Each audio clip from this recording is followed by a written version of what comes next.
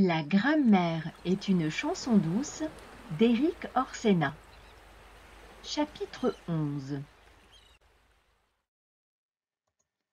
À vrai dire, c'était de drôles de mariages. Plutôt des amitiés. Comme dans les écoles d'autrefois, quand elles n'étaient pas mixtes.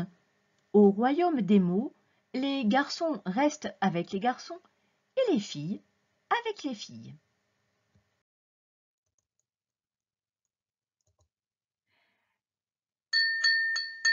L'article entrait par une porte, l'adjectif par une autre. Le nom arrivait en dernier. Ils disparaissaient tous les trois. Le toit de la mairie me les cachait. J'aurais tout donné pour assister à la cérémonie. J'imagine que le maire devait leur rappeler leurs droits et leurs devoirs, qu'ils étaient désormais unis pour le meilleur et pour le pire. Ils ressortaient ensemble, se tenant par la main, accordés, tout masculin ou tout féminin. Le château hanté. La maison hantée. Peut-être qu'à l'intérieur, le maire avait installé un distributeur automatique. Les adjectifs s'y ravitaillaient en « e » final pour se marier avec un nom féminin. Rien de plus docile et souple que le sexe d'un adjectif. Il change à volonté, il s'adapte au client. Certains, bien sûr, dans cette tribu des adjectifs, étaient moins disciplinés. Pas question de se modifier. Dès leur naissance, ils avaient tout prévu en se terminant par « e ». Ceux-là se rendaient à la cérémonie les mains dans les poches. Magique, par exemple. Ce petit mot malin avait préparé son coup. Je l'ai vu entrer 2 fois à la mairie. La première avec ardoise. La seconde avec musicien. Une ardoise magique, tout féminin. Un musicien magique, tout masculin. Magique est ressorti fièrement. Accordé dans les règles, mais sans rien changer. Il s'est tourné vers le sommet de ma colline. J'ai l'impression qu'il m'a fait un clin d'œil.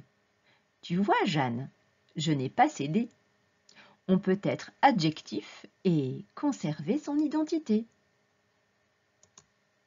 Charmants adjectifs, indispensables adjoints.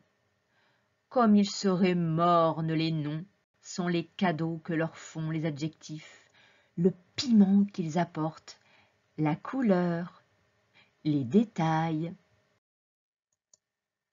Et pourtant, comme ils sont maltraités. Je vais vous dire un secret. Les adjectifs ont l'âme sentimentale. Ils croient que leur mariage durera toujours. C'est mal connaître l'infidélité congénitale des noms. De vrais garçons, ceux-là. Ils changent de qualificatif comme de chaussettes. À peine accordés, ils jettent l'adjectif, retournent au magasin pour en chercher un autre et sans la moindre gêne, reviennent à la mairie pour un nouveau mariage.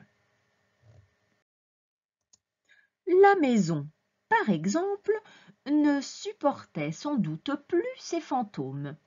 En 2 temps, 3 mouvements, elle préféra soudain historique. La maison historique. Vous vous rendez compte? Et pourquoi pas royale ou impériale?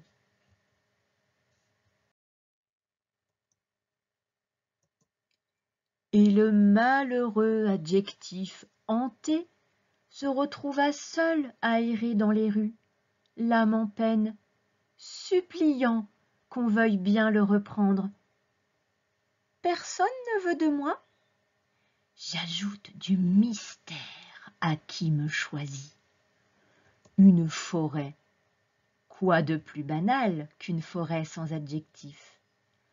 Avec hanté, la moindre petite forêt sort de l'ordinaire.